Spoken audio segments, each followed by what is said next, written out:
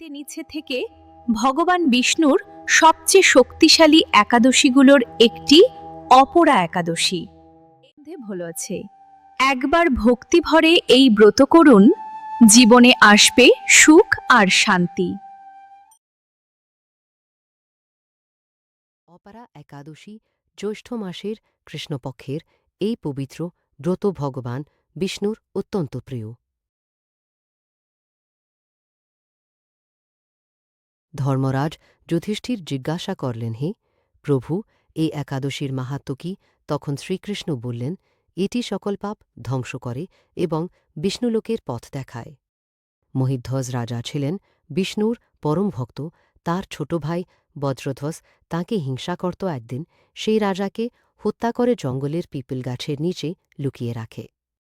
ঋষি অপরা একাদশীর ব্রত পালন করে তার পুণ্য রাজার আত্মাকে দান করলেন। মহাপুণ্যের প্রভাবে রাজা প্রেতযোনি থেকে মুক্তি পেলেন এবং বিষ্ণুলোকে গমন করলেন।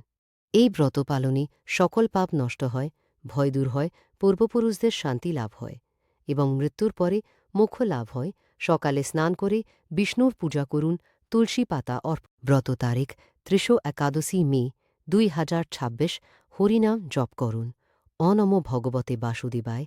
জয় শ্রীহরি।